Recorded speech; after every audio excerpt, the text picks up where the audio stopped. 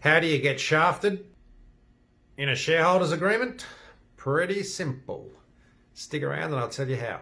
Hi everyone, Simon here from the Contract Company. Contracts, it's what we do all day, every day, and sometimes every night. Lucky us. Righto, so you got a shareholders agreement, you're signing up to it or you're in it. How can you be stitched up or shafted? Interesting. Simply this. The short answer is whoever controls the voting rights has the power to pass the votes they want, and if they can pass the votes they want on the subjects that they want, then you, as the person who's say in the minority, can get stitched up. What does that mean? I'll give you a basic example. Let's say you've got two shareholders, 60%, 40%. Let's say the shareholders agreement sets out a whole list of things that need majority vote on to pass. Majority vote being 50%. So what that means is there'll often be a list in the shareholders agreement that says things like salary amounts, taking on contractors, paying bills, entering into contracts. All these things can occur as long as a majority pass. Now in that example, when you've got the 60 and the 40, because the 60 holds more than 50% or the majority, they'll be able to pass any sort of resolution that authorises those actions. So if the company makes $1 million profit and you take out the costs, which are, 500,000, that means you're left with 500,000 that potentially is dispersed as a profit. So this bloke at the 40% thinks, okay, I should get 40% of the profit, so 40% of the 500 grand.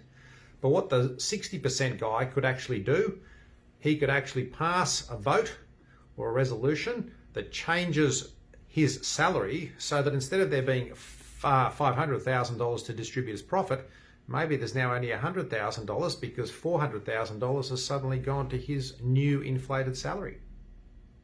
True story. Not great, and there are minority rules and laws against things like that, but in that scenario they probably wouldn't help too much.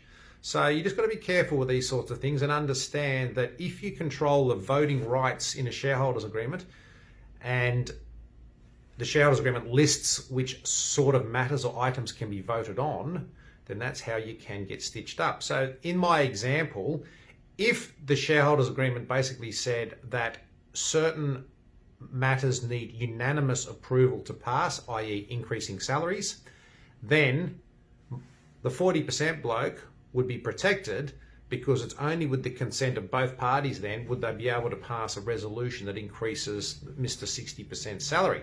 Now, because Mr. 40% wouldn't agree to that because he'd get stitched up, he obviously wouldn't agree and that motion wouldn't pass and he'd be protected.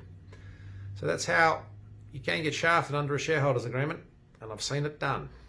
So that's why you need to be careful when you enter into any sort of corporate structure. Maybe you're an employee that's buying into the company. You need to understand that whoever controls the voting rights in the shareholders agreement can adjust the costs, which then determines what profit's left for distribution, which may have gone from here to here. Something to think about.